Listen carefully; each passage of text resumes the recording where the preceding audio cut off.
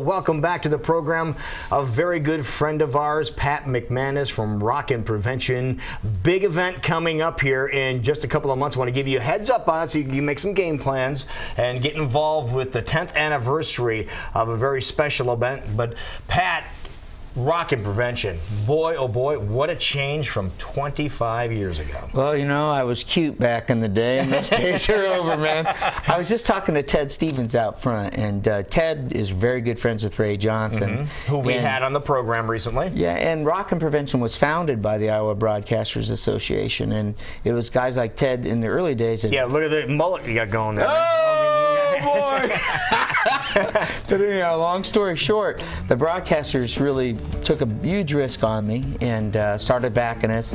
In our first year alone, we helped over 22,000 kids all over the state. And it started off, you know, we were in Broken Knuckles, Iowa. You know, the small town radio stations were just blasting us. It's kind of like, you know, I was talking to Ted, you know, you're never a genius at home, so you got to get 50 miles away from town.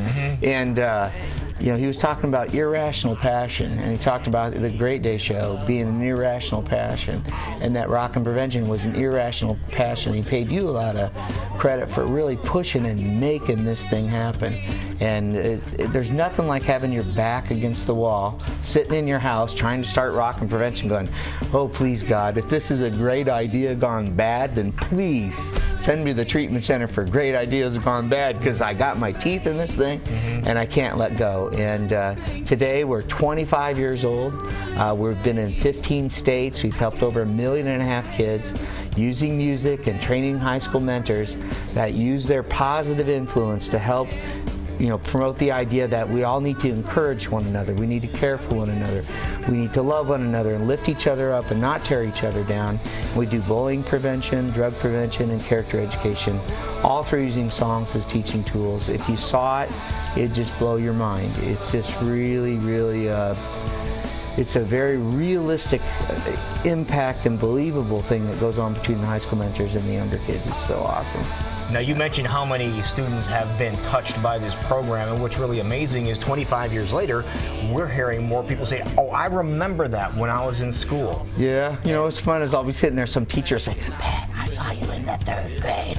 I'm thinking, I can't be that old, man. Have you seen a change over the last 25 years? I mean, you've been preaching kind of the same things with drug prevention, bullying, and things like that, and unfortunately, it's still issues that we are dealing with in our school systems. But have you seen a change over the last 25 years? Yes, we have. I mean, there's quite a bit more bullying that's gone on, and particularly in social media. I say social media, the culprit. I think we're a little bit more alienated as people. We used to be a little bit more connected. I was always amazed when I would go into a small town, and this is a great example. You know, let's just say I'm in Benton, Norway. You know, you're 4'4". We need you to play right tackle on the offensive line because we don't have anybody. And in those smaller towns, every kid was needed for the play. I don't care if you can sing a lick. We need you in the play. Well, in the bigger communities, oftentimes kids get misplaced, and they aren't so needed, and there's this anonymity that goes on. And also with social media, there's a bit where you get alienated and off to yourself in your own little world. So that human connection, in a lot of ways, I think, as we've moved through the last 25 years, that human connection has gotten lost. And you've had a chance to also expand in various languages now, too, from what we know. Yeah, my boy Marcelo Arevalo, he's a great guy. He's from Chile. He's in the band Parandero. So I don't know if you've ever seen the Latin band. Yeah. They're awesome. Oh, he's a very talented guy. And Jenny Houston, they're both bilingual, and we have all last year worked on a new program called Rock Latino. And what Rock Latino was created for was to help to remove the language barrier for the parents to learn what the kids were learning in school about bullying and drug use. Oftentimes the materials come home in English and the parents just lost. The parental involvement is low. So by giving it to them in their own language, they could understand it. And then we created a new thing called the phrase that pays. So they can hear the song in English, they can hear the song in Spanish, and then in the family follow-up guide, they can see the English phrase and the Spanish phrase in their own language. And that's how we all learn. And kids have a lot more opportunities to learn the language in going to school and that, but oftentimes the parents are working 2, 3 jobs, and they don't have the opportunities to learn the language. And so that parental involvement in the educational process is low. Well, if we can increase parental involvement, you're going to see an increase in academic achievement. And also for the parents, I think it's way cool to have them learning English. Well, obviously we want Rockin' Prevention to continue on well past 25 years, but in order to do that, we need some support as well. So we raise some money. We have an event coming up. That's right. July 18th at Blank Golf Course, we have our 10th annual Rockin' Prevention Golf Classic. Really looking forward to it. Last year, our speaker was none other than Lou Seipel. We had them on the edge of their seats, and great storyteller and lots to talk about. The year before that, I was watching the show earlier, was Larry Kotler. Yep. Your guest earlier this morning. Larry's a great guy. We haven't got our speaker picked out yet, but they got some pretty good folks in the hopper. It's July 18th. It's a noon shotgun start. When people support the Rockin' Prevention Golf Classic, you're helping get high school mentors trained that are going to work with younger kids in their community and make a really deep impact on them in a very positive way.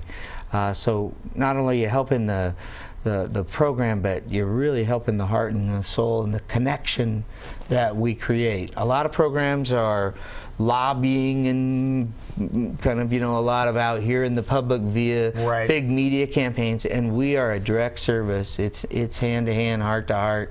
This goes right to the organization. Right to the kids. Now, this is going to be a Monday. It's a Monday golf tournament, so you can take off of work again Monday, July the 18th, noon over at Blank Golf Course. It is definitely a great time. For more information, you can just drop them a line. There's somebody available at all times. info@rockinprevention.org. Cannot believe, Pat, it's the 10th anniversary of this. Remember, we were talking in the boardroom about this, saying, okay, we need a golf outing. What are we going to call it? Yeah. And that's did the classic name, and it stuck. Yeah. So perfect. Now, Pat, in case people haven't heard of Rockin' Prevention, or they're saying this is what we need in our school system, is there a way they can get more information on what it's all about? Please, I would say that please go to our website, rockinprevention.org. That's ROCKIN prevention.org, or you can call us at 515-255-0635. Well, here's to another 25 years. God bless you, Thank brother. you, man. Good Thank to you see so much, Pat. Thank you, Jackie.